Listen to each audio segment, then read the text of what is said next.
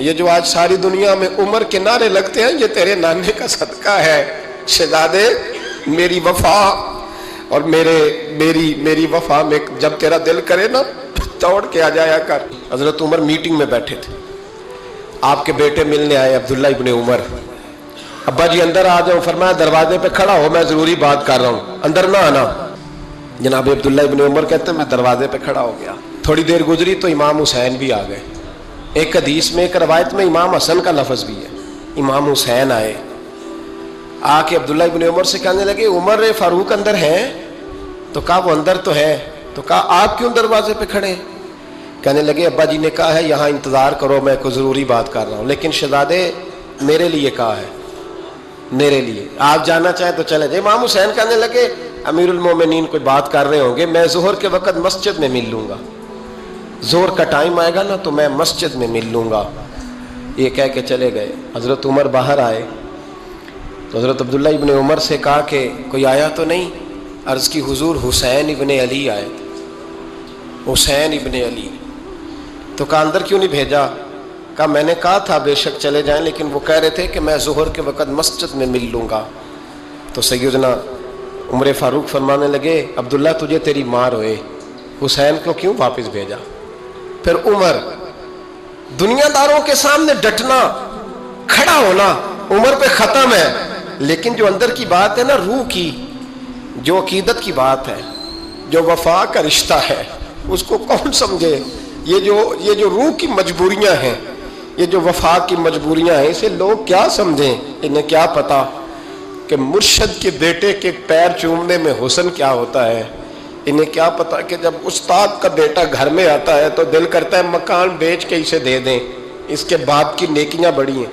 جناب عمر فاروق دوڑے گئے، امام حسین کے دروازے پہ دستک دی۔ امام حسین باہر رکھا، شہزادے یار ملنے آئے تھے، بغیر ملے کیوں آ گئے؟ عرض کی کہ آپ مصروف تھے، آپ کے اپنے بیٹے بھی دروازے پہ کھڑے تھے تو میں واپس آ گیا۔ امام حسین کہتے عمر جذبات میں آ گئے، سر سے پگڑی گر گئی، کہنے لگے حسین میرے بیٹے کا اور حسین کا کیا مقابلہ؟ کیا اس کی ماں کا نام فاطمہ الزہرا ہے؟ کیا اس کی نانی کا نام خدیجہ الکبریٰ ہے؟ کیا اس کے نانے کا نام محمد مصطفیٰ ہے؟ اور پھر سر سے پگڑی اتری تھی، اپنے بال زور سے پکڑ لیے، کہنے لگے حسین میں نا مکے میں اونٹ چرایا کرتا تھا اور ڈنڈوں سے مار کھاتا تھا اپنے باپ سے، یہ جو آج ساری دنیا میں عمر کے نعرے لگتے ہیں، یہ تیرے نانے کا صدقہ ہے شہزادے، میری وفا اور میری وفا میں جب تیرا دل کرے نا توڑ کے آ جایا کر۔ عمر تو لوگ ایک دن امام حسین نے آ کے نا جناب فاروق اعظم سے کہا، خطبہ دے رہے تھے بچوں کی طبیعت شروع میں، پتہ نہیں کیا بات آئی امام حسین کے دل میں، کہنے لگے عمر نیچے اترو، یہ میرے نانا کا ممبر ہے۔ تو حضرت سیدنا عمر سنو، کبھی میرا بھی بچہ آ جائے تو میں کہتا ہوں اس کو پکڑو یار، بچوں کو تو نہیں نا جمعوں میں مطلب ذکر کیا جاتا، اترنا میرے نانے کا ممبر ہے۔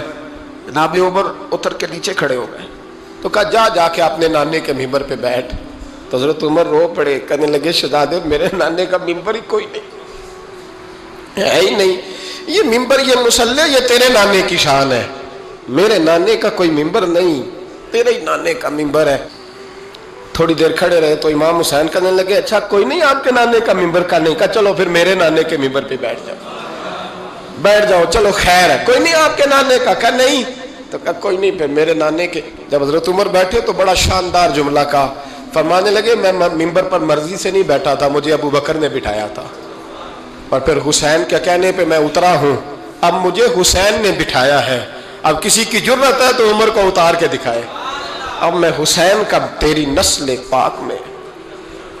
یار کتنی بے شرمی کی بات ہے، لوگ امام حسین کو باغی کہیں۔ یہ سارا دن ہی امام حسن اور حسین مسجد میں رہتے تھے، سارا دن ہر وقت حضور کے ساتھ کھیلتے تھے، ان کا دروازہ مسجد نبی میں کھلتا تھا گھر کا، لیکن اس کے باوجود حضور فرماتے فاطمہ آج میرا دل کرتا ہے تمہارے گھر آ کے رات گزاروں۔ بھئی کوئی گھر بڑی دور ہے، یہ تو ساتھ ہی تو ہے۔ تو سیدہ فاطمہ فرماتی ہیں میں نے کہا حضور بڑی خوش نصیبی ہے تو محبوب نا رات کو میرے گھر میں آ کے سوئے۔ فرماتی ہیں میں نے چارپائی بچھائی نبی پاک کے لیے، ایک شخص کے سونے کی جگہ تھی۔ حضور نے فرمایا میں تو حسن حسین کے لیے آیا ہوں۔ یا رسول اللہ، پھر فرمایا یہ میرے ساتھ سوئیں گے۔ میں نے عرض کی حضور آپ کو دقت ہوگی، کیسے سوئیں گے؟ تو نبی پاک علیہ السلام نے فرمایا میں سلا لوں گا۔ حضرت فاطمہ کہتی ہیں ایک کندھے پہ حضور نے امام حسن کو لٹا لیا اور دوسری سائڈ پہ امام حسین کو لٹا لیا۔ کہتی ہیں امام حسین کی عادت تھی وہ رات کو دودھ مانگتے تھے، میں نے برتن میں رکھا ہوتا تھا، میں ڈال کے دیتی تھی، بچے مانگتے ہیں نا رات کو دودھ۔ فرماتی ہیں رات کو نا امام حسین نے دودھ مانگا، میں اٹھنے لگی دودھ دینے کے لیے، پر حبیب نے فرمایا بیٹے تو لیٹ جا، آج میرے ساتھ سوئے ہیں تو دودھ بھی میں ہی پلاؤں گا۔ کہتی ہیں کئی دفعہ دودھ مانگا تو کئی دفعہ میرے رسول پاک نے انہیں دودھ پلایا۔ اور یہ ہر نانا نواسوں سے پیار کرتا ہے، پر یہ خالی نانا نہیں نا، یہ امام الانبیاء بھی ہیں، یہ امام الانبیاء بھی ہیں، یہ سرور کون و مقام، ان کا ہر کام اللہ کے حکم سے ہے، اللہ کے حکم سے۔ حضرت سیدنا عبداللہ ابن عمر رضی اللہ تعالیٰ عنہ فرماتے ہیں کہ نبی پاک نے پیغام بھیجا سیدہ فاطمہ کو، فرمایا حسن کو بھیجو میرا ملنے کو دل کر رہا ہے۔ تو کہتی ہیں وہ گھر میں نا دیر ہو گئی امام حسن کو آنے میں۔ اعلیٰ حضرت فرماتے ہیں مجھے لگتا ہے کہ بی بی صاحبہ غسل کرانے لگ گئی تھی، کپڑے تبدیل کرا رہی تھی، مائیں کرتی ہیں نا بچہ باہر جانے لگا تھے واپس آ پہلے کپڑے بدل، تو ذرا دیر ہو گئی تو نبی پاک بے چین ہو گئے، میں حسن آ کیوں نہیں رہا میرا ملنے کو دل ہے۔ فرماتے تھوڑی دیر گزری تو امام حسن نے دروازہ کھولا سیدہ پاک کا، جب دروازہ کھولا تو رسول کریم نے دونوں بازو یوں کھول دیے اور نبی پاک گھٹنوں کے بل زمین پر بیٹھ گئے۔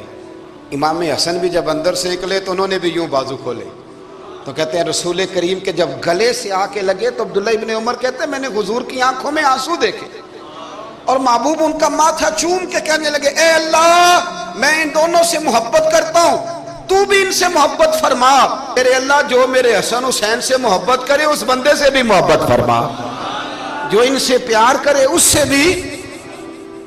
ہمارے بزرگوں کو نا اہل بیت سے بڑا پیار ہوتا تھا، اصحاب کے بھی غلام اور اہل بیت کے بھی۔ میں نے کہا ہے کہ اب ہمارے مزاجوں میں نا خشکی آ گئی ہے، اور جی اخلاق کی بات کریں، جی سیدھی سیدھی نماز روزے کی بات کریں، اصول کی، وہ جو ادب تھا، وہ جو عشق تھا، وہ جو وارفتگی تھی، وہ حسن کدھر گیا؟ حضرت عمر سے زیادہ تو اصول پسند کوئی نہیں نا، ان سے زیادہ سخت مزاج اصول پسند بندہ تو کوئی نہیں نہ ملے گا امت کو۔ امام حسین 10-10.5 سال عمر تھی، بچے تھے، مسجد میں آئے، حضرت عمر خطبہ دے رہے، جہاں اصول کی بات ہوگی وہاں اصول کی ہوگی، اور جہاں عشق کی ہوگی، جہاں عشق کی ہوگی، نماز پڑھا کہ میں تہ ول ویکھا مینوں تے کعبہ بھول گیا آئی۔ تو امام حسین آئے مسجد نبی میں، حضرت عمر خطبہ دے رہے تھے، مولا علی کے ساتھ آئے بچے جمعہ پڑھنے، امام حسین آئے تو جناب عمر کے سامنے کھڑے ہو گئے، کہنے لگے عمر نیچے اترو میرے نانا کا ممبر ہے۔ حضرت علی نے بازو تھاما، کہا یہ کیا کہہ رہے ہو؟ تو جناب فاروق اعظم فرمانے لگے جمعہ ہو رہا ہے، خطبہ ہو رہا ہے، لوگ جمعہ پڑھنے آئے ہوئے ہیں، اس میں اب بچہ آ جائے تو کیا جمعہ چھوڑا جائے گا؟ لیکن جہاں ادب ہے وہاں ادب ہے۔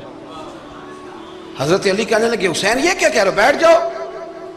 تو حضرت عمر فاروق فرمانے لگے علی آپ نہ بیچ میں ہیں، یہ میرا اور حسین کا معاملہ ہے، آپ نہیں بیچ میں ہیں، آپ ہٹ جائیں، میرا اور حسین کا مسئلہ۔ کیا کہا بیٹے؟ کہا عمر اترو میرے نانا کا ممبر ہے۔ اتنا بڑا آدمی جسے کیسر و کسرا ہلا نہ سکے، جو درہ مارے تو زمین کا زلزلہ رک جائے، جو سورج کو حکم دے تو سورج چہرہ بدل جائے، وہ شخص جو دریا کو خط لکھے تو خشک دریا بہنے لگے، عمر اترو میرے نانا کا ممبر ہے۔ فاروق اعظم زمین پہ اتر آئے، ہاتھ باندھ کے کھڑے ہو، کہنے لگے حسین میں اتر گیا ہوں پتر، ممبر تو تیرا ہے یا تیرے نانا کا ہے؟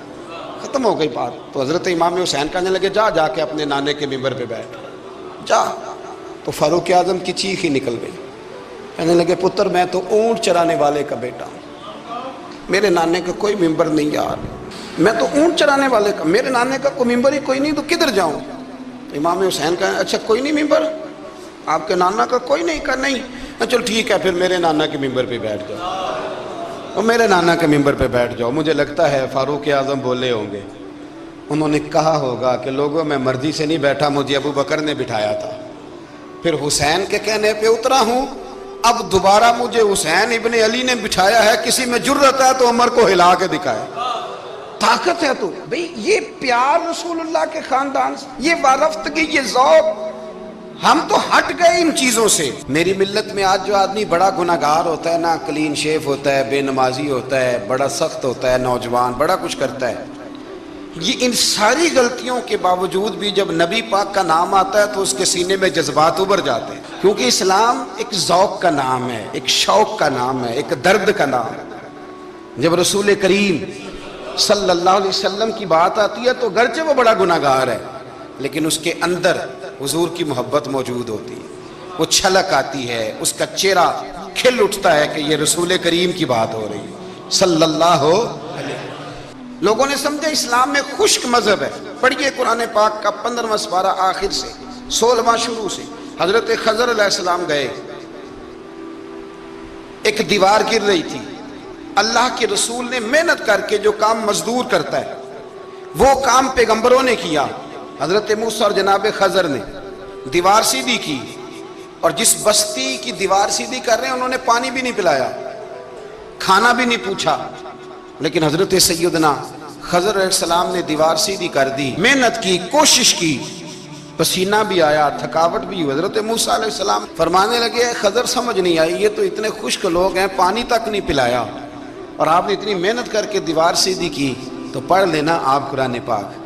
حضرت جناب خضر علیہ السلام کہنے لگے کہ یہ اصل میں نا ان کے لیے نہیں کیا، یہ کسی نیک کی نسبت ہے، اس دیوار کے نیچے خزانہ ہے، دیوار گر جاتی خزانہ ظاہر ہو جاتا، خزانہ یتیم بچوں کا ہے، اور یہ قرآن مجید نے فرمایا وَقَانَ أَبُوهُمَا صَالِحًا، اور فرمایا یہ اس لیے ان بچوں کا خزانہ بچایا ہے کہ ان کا باپ بڑا نیک آدمی تھا۔ قاضی ثناء اللہ صاحب پانی پتی تفسیر مظہری میں لکھتے ہیں کہ وہ ڈائریکٹ باپ نہیں تھا، دادا نہیں تھا، پردادا نہیں تھا، بلکہ 7ویں پشت میں جا کے ان کا باپ بنتا تھا۔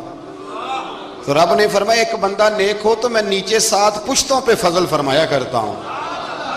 اگر ایک بندہ نیک ہو اور 7ویں نسل میں جو اس کی اولاد ہو، اس کے خزانے کی حفاظت کے لیے اللہ نبیوں کی ڈیوٹی لگاتا ہے، تو بتائیے پھر میرے نبی کی اولاد کی کیا شان ہو، پھر اہل بیت نبوت کا کیا مقام ہوگا، پھر رسول اللہ کے خاندان کا کیا مرتبہ ہوگا۔ ہم لوگ سمجھتے ہیں کہ بھئی مفت میں سلوٹ کیوں کریں جی، پیار کیا ہوتا ہے، ادب کیا ہوتا ہے۔ پہلی بات یہ ہے کہ ادب ہی ہوتا ہے۔ اماں انگوٹھا چھاپ ہے، بالکل ان پڑھ ہے، ناظرہ قرآن مجید بھی نہیں پڑھنا آتا، بیگم صاحبہ نے ایم اے بی ایڈ اس کے بعد ایم فل میں داخلہ لیا ہوا ہے، ادب کس کا کرنا ہے، بیگم کا کہ اماں کا؟ اماں تو ان پڑھ ہے، بیوی پڑھی لکھی ہے، اسے تو ایم اے کیا ہوا ہے، بی ایڈ بھی کیا ہوا ہے، ایم فل کر رہی ہے، اماں کا کیوں ادب کرنا ہے؟ اس لیے کہ اماں کا ادب اللہ رسول نے بتایا ہے۔ اماں کا ادب ہو سکتا ہے بیوی بڑی اچھی قاریہ ہو، عمدہ قرآن پڑھتی ہو، حافظہ ہو، عالمہ ہو، اماں کو ناظرہ بھی نہ پڑھنا ہے، پر جنت پھر بھی ماں کے قدموں کے نیچے ہی ہے۔ یہ سمجھ لیں ادب والے کا ادب۔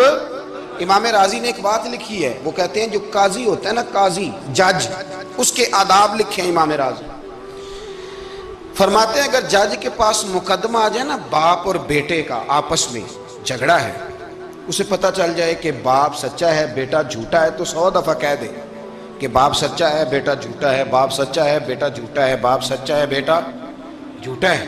لیکن اگر اسے پتہ چل جائے نا کہ بیٹا سچا ہے اور ابا غلطی پہ ہے، اب یہ تو 100 دفعہ کہے کہ بیٹا ٹھیک کہتا ہے، بیٹا سچا ہے، بیٹا سچا ہے، پر ایک دفعہ بھی یہ نہ کہے کہ ابا جھوٹا ہے، حالانکہ مطلب یہی ہے۔